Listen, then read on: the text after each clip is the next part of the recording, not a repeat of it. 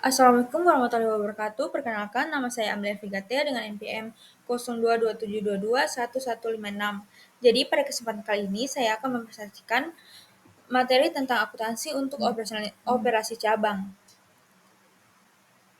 Jadi pengertian cabang, akuntansi untuk cabang adalah sistem pencatatan dan pelaporan keuangan yang digunakan untuk mengelola operasi bisnis yang memiliki unit-unit usaha terpisah atau cabang di lokasi yang berbeda dari kantor pusat. Selanjutnya, tujuan akuntansi cabang. Jadi, akuntansi cabang memiliki beberapa tujuan fundamental yang mendukung efektivitas operasional dan pengendalian perusahaan multi lokasi. Jadi, ada beberapa tujuan akuntansi cabang, yaitu yang pertama, evaluasi kinerja cabang, pengendalian operasional, pelaporan konsolidasi, pengambilan keputusan strategi, optimalisasi pajak, transparansi dan akuntabilitas, pengelolaan risiko dan komplement dan audit. Selanjutnya, konsep dasar. Konsep dasar pada akuntansi cabang melibatkan pencatatan transaksi keuangan yang terdiri di setiap cabang serta terpisah namun tetap terintegrasi dengan sistem akuntansi kantor pusat. Tujuannya adalah untuk memantau kinerja masing-masing cabang dan mengonsolidasi laporan keuangan secara keseluruhan. Selanjutnya, metode pencatatan. Ada beberapa pendekatan dalam akuntansi cabang, mulai dari sistem sederhana di mana cabang hanya mencatat kas dan inventory, hingga sistem lengkap di mana cabang menjelaskan pembukuan penuh layaknya entitas terpisah. Di sini ada dua metode pencatatan, yaitu rekonsiliasi berkala dan laporan konsolidasi. Rekonsiliasi berkala penting dilakukan untuk memastikan keakuratan antara cabang dan pusat, serta untuk mengidentifikasi selisih atau kesalahan pencatatan. Selanjutnya, pelaporan konsolidasi. Pada akhir periode, semua pelaporan cabang digabungkan dengan kantor pusat untuk menghasilkan laporan keuangan konsolidasi perusahaan secara keseluruhan. Jadi, sistem ini memungkinkan manajemen untuk mengevaluasi profitabilitas dan efisiensi operasional masing-masing cabang, sekaligus mempertahankan kontrol terpusat dan seluruh operasi perusahaan. Selanjutnya, jenis-jenis cabang.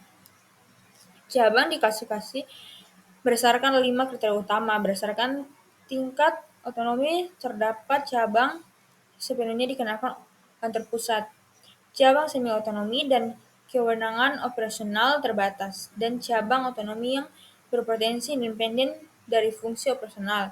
Dibedakan menjadi cabang penjualan untuk distribusi produk, cabang produk untuk manufaktur, cabang distribusi sebagai pusat penggunaan, dan cabang layanan untuk after sales service. Struktur pengendalian mencakup cabang terpusat dan kontrol ketat dan cabang terdesentralisasi dengan keseluruhan operasional. Cakupan geografis membedakan cabang domestik dalam suatu negara dan cabang internasional lintas negara dengan kompleksitas regulasi berbeda. Suatu hukum menentukan cabang tanpa beda hukum sebagai perpanjang kantor pusat dan perperanan office untuk kegiatan promosi tanpa transaksi konvensional.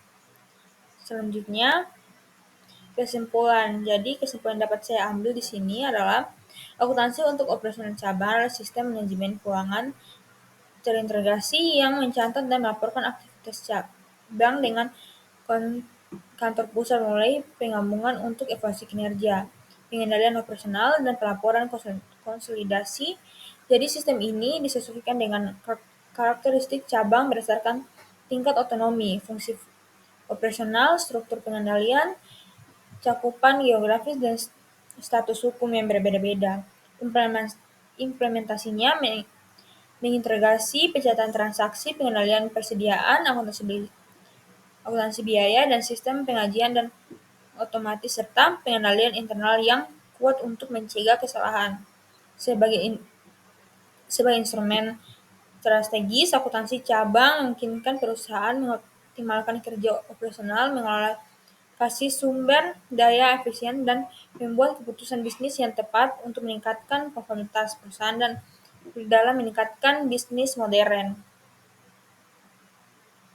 Jadi mungkin itu saja yang dapat saya jelaskan, kurang lebihnya saya mohon maaf. Semoga materi kali ini bermanfaat di kita semua.